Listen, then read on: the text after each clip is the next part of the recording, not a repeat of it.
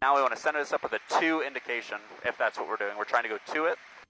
We're already on the 2 side here. Miles, northwest of field. And then it looks like it's going to be up to that southeast side of us here. We got the downwind traffic inside for the runway 33.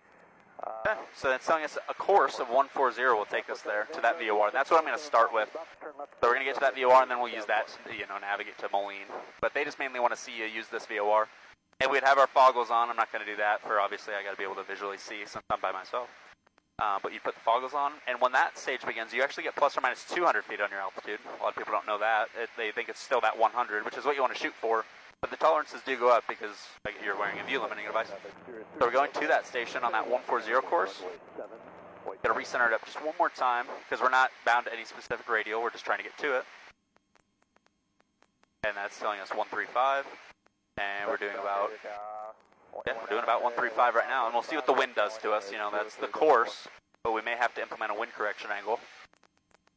And we don't have any real means to tell us how far away we are from the station. We don't have DME.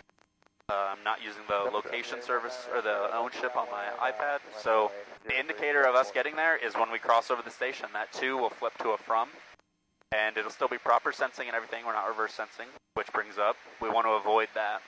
If we center up this indication here with a from indication, be a 180 of that to that 135. And now my course is set up here to 320 it looks like, but I'm flying almost the exact opposite of that. That's reverse sensing. I am now the line and the donut is the course. So it actually tells me here where a lot of people, you look at that properly, you'd be left of course, but it actually tells me I'm to the right. And now it's actually dead center, so.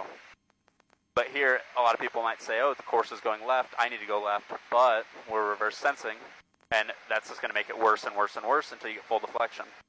So we would actually need to go to the right here, and we're actually directly over the VOR as well. That's going full deflection. But and then we'll wait for that from to flip to a 2, and we'll see that example there. 03 downport. Starting to go crazy, starting to wobble back and forth.